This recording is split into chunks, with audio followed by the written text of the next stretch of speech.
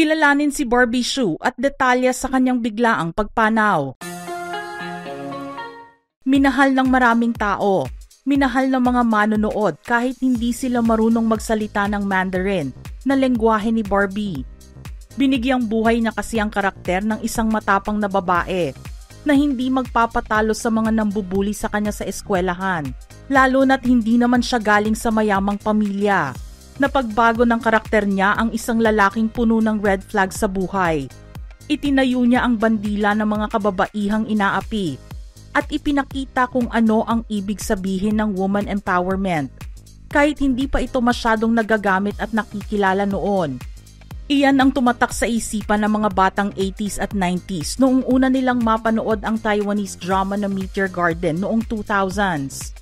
Nakarating ang nasabing serye sa iba't ibang bansa at isa na ang Pilipinas sa mga nakisali sa tinatawag na Meteor Fever. At ito rin ang isa sa mga pinakapopular na Taiwanese drama noong panahong pinapalabas ito. Nagkaroon ng magkakaibang adaptation ang ilang Asian countries tulad ng Japan na ginawa ang Hanayori Dango live-action drama na inilabas noong 2005. South Korea na ipinakilala ang Boys Over Flowers noong 2010. China na ginawa ang Meteor Garden noong 2018. At ang unang gumawa sa Southeast Asia ng version nila ng drama ay ang Thailand na mayroong F4 Thailand, Boys Over Flowers noong 2021. Kahit isang adaptation ang original Meteor Garden sa Japanese manga na Hanayori Dango, nabigyan ng buhay ng mga Taiwanese actors and actresses ang karakter na kanilang ginagampanan. Kahit halos lahat sa bidang cast ay baguhan sa pag-arte, nagkaroon ng kakaibang timpla ang istorya nito dahil sa mahusay nilang pagganap.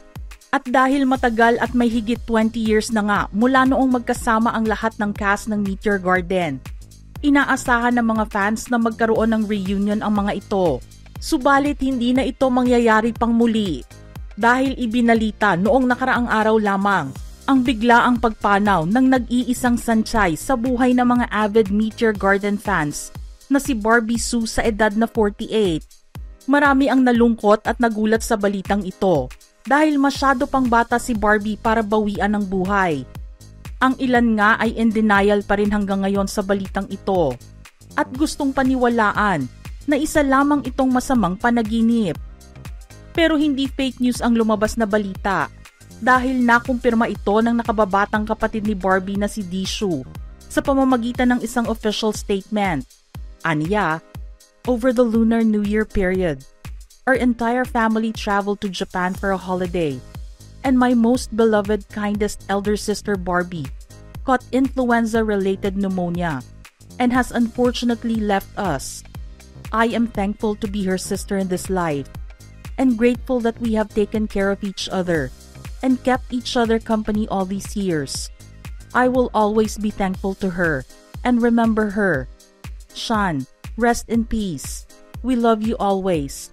Together, remember, forever. Ayon sa mga balitang lumabas, ang influenza-like symptom na naging sakit ni Barbie ay iniinda na pala niya noong bago pa lang sila magpunta ng Japan. Papaalis pa lang sila sa Taiwan ay may sakit na ito. Pero itinuloy pa rin ang bakasyon dahil gusto nitong maging masaya sila sa pagdiriwang ng Lunar New Year. Habang nasa bakasyon, ilang beses na naospital si Barbie para gamutin ang trangkaso.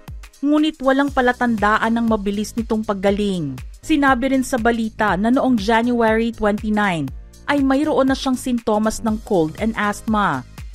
Isang nagpakilala naman na tour guide di umano ng pamilya nila sa Japan ang nagsabing nagpunta sila sa Hakone para mag-relax sa hot spring sa lugar. Noong gabi ng January 31, naging malubha ang kanyang kondisyon at kinailangang tumawag ng ambulansya para dalhin siya sa ospital. Ayon sa tour guide, sa nakaraang 2 araw na natili lang si Barbie sa kanyang kwarto at hindi lumabas. Noong February 1 dahil hindi pa matukoy ng ospital sa Hakone kung ano ang kanyang sakit, siya ay inilipat sa isang higher level hospital at doon ay na-diagnose with influenza A. Niresetahan siya ng mga doktor ng gamot at inilipat sa isang ospital sa Tokyo. Gayunpaman lumala lamang ang kanyang kondisyon at hindi na kinaya pa ang sakit. at binawian ng buhay noong umaga ng February 2. Sa mga hindi nakakaalam, isang interview ang muling nagpaalala sa maraming fans na mayroong iniindang sakit si Barbie noon pa man. Mahina ang kanyang puso at diagnosed with mitral valve prolapse at mayroon din siyang mga serya ng epileptic seizures. Ito rin ang isa sa mga dahilan kaya muntik na siyang masawi nang magka-seizure siya habang isinisilang ang kanyang anak noong 2016. Humingi naman ng privacy ang pamilya ni Barbie, lalo na ang kanyang ina. Ayon sa Taiwanese media, dahil sa epidemic control regulations, kailangang ipakremate ang labi ni Barbie bago siya ibalik sa Taiwan.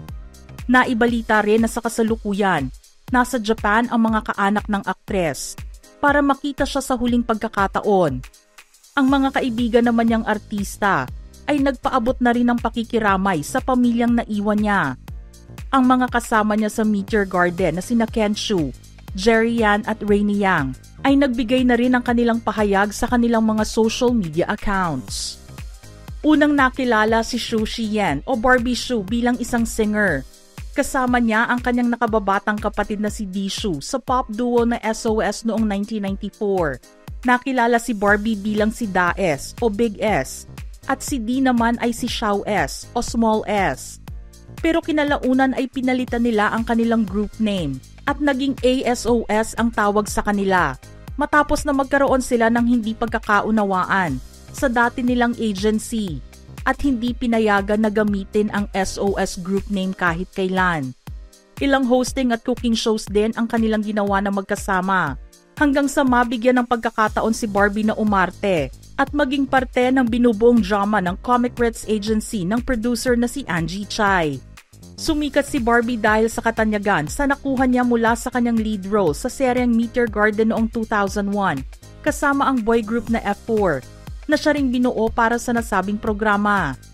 Ang Meteor Garden ang nagdala sa kanya ng kasikatan sa Indonesia, Philippines at Thailand pagkatapos na madub sa mga wika ng mga bansang iyon ang kanilang serye.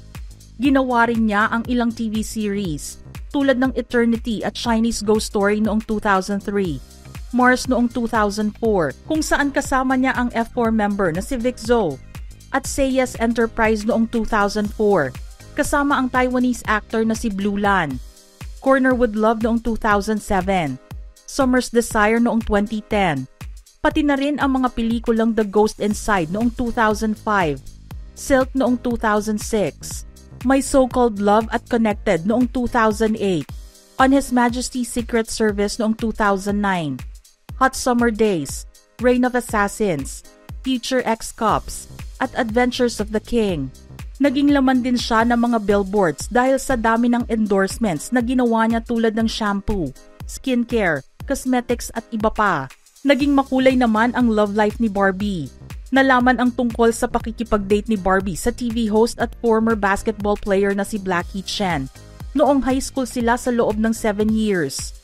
Nagkamabutihan naman sila ng aktor na si Blue Lan, na siyang nakasama nila sa Meteor Garden bilang si Yamen, ang lalaking umakit kay Sanchai, na kalaunan ay nahulog ang loob sa kanya noong 2001 to 2005. Nang maghiwalay sila, naging bukas sa publiko ang pagdedate naman nila ng F4 member na si Vic Zhou noong 2006 hanggang 2008. Hindi man tumagal ang relasyon ni Barbie sa kanila.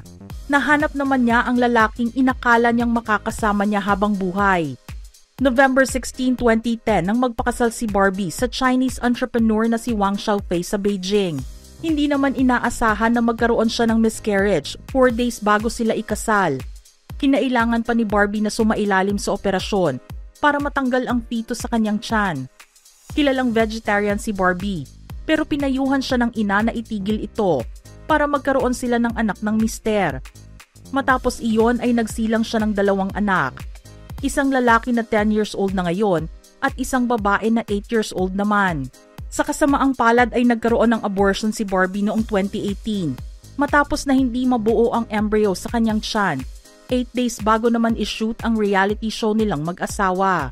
Makalipas ang 10 taon, nagdesisyon ang mag-asawa na maghiwalay na lamang at mag-file ng divorce. Hindi na rin pala naging maganda ang pagsasama nila at naging masalimuot ang buhay ni Barbie. dahil sa infidelity at political differences over Taiwan. Sa kasalukuyan, dinidinig pa rin ang kaso na isinampa ni Barbie sa unang asawa at sa ina nito. Kinasuhan niya ang mag-ina ng defamation noong August 2023 at magkakaroon pa sana ng pagdinig tungkol sa alimony sa February 27, 2025. Pero hindi naman naging malungkot ang puso ni Barbie dahil muli silang nagkasama ng dating boyfriend na si DJ Koo na isang kilalang South Korean rapper. Natigil lang ang kanilang relasyon noon dahil mahigpit na pinagbawalan si DJ Koo na makipag-date. Kaya naman after 20 years, nang maging single na ulit si Barbie, nagdesisyon silang i-register ang kanilang kasal noong March 8, 2022. I'm not okay. This is not fake news. Ang nasambit ni DJ Koo sa pagkawala ni Barbie. Ang babaeng nahanap niya after 20 years mula noong maghiwalay sila at nakasama muli ay muli na namang nawala sa kanya.